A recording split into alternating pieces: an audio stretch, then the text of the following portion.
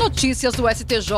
Os destaques do dia do Superior Tribunal de Justiça, quando e onde você quiser. Olá, esse é o boletim com alguns destaques do STJ.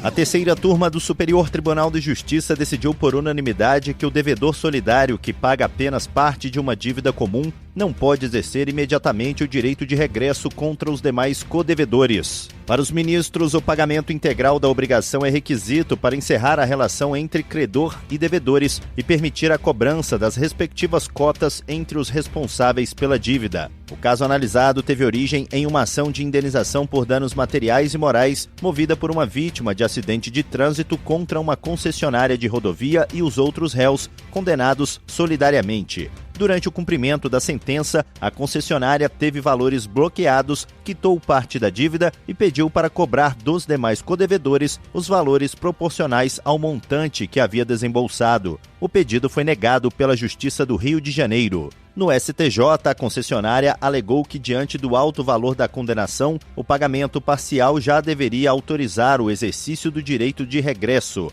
O colegiado da terceira turma negou o provimento ao recurso. O relator, ministro Ricardo Vilas Boas Cueva, explicou que nas obrigações solidárias, cada devedor responde pela totalidade da dívida perante o credor, enquanto a divisão das cotas entre os codevedores ocorre apenas na relação interna, após a quitação completa do débito. Para o colegiado, o artigo 283 do Código Civil exige o pagamento integral da dívida para que o direito de regresso possa ser exercido. Os ministros entenderam que o pagamento parcial reduz o débito perante o credor, mas não encerra a fase externa da obrigação solidária.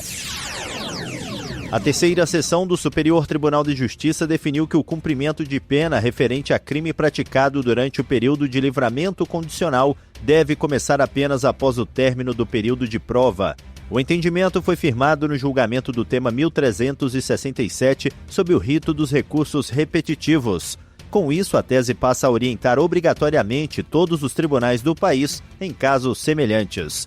O caso analisado foi um recurso do Ministério Público do Rio de Janeiro contra a decisão do Tribunal de Justiça do Estado, que havia admitido a detração penal em favor de um apenado preso preventivamente por novo crime durante o livramento condicional, permitindo a contagem simultânea do período de prisão como tempo de pena cumprida. O relator do caso, o ministro Sebastião Reis Júnior, destacou que a jurisprudência do STJ já consolidou o entendimento de que a nova execução penal só pode começar após o encerramento do benefício quando não houver suspensão ou revogação do livramento condicional.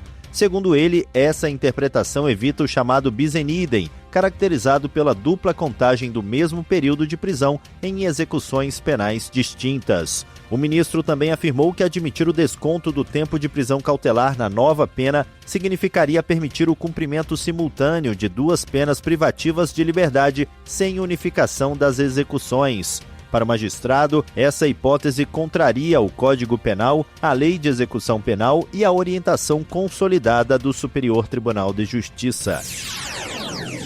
A primeira sessão do Superior Tribunal de Justiça vai definir sob o rito dos recursos repetitivos a natureza jurídica da decisão que julga a impugnação ao cumprimento de sentença, homologa os cálculos e determina a expedição de precatório ou requisição de pequeno valor. A controvérsia, cadastrada como tema 1458, também vai estabelecer em quais situações vai poder ser aplicado o princípio da fungibilidade aos recursos interpostos contra esse tipo de decisão. O relator, ministro Paulo Sérgio Domingues, destacou que a matéria possui grande potencial de repetição e que há divergência de entendimento tanto entre os tribunais estaduais e regionais federais quanto no próprio STJ.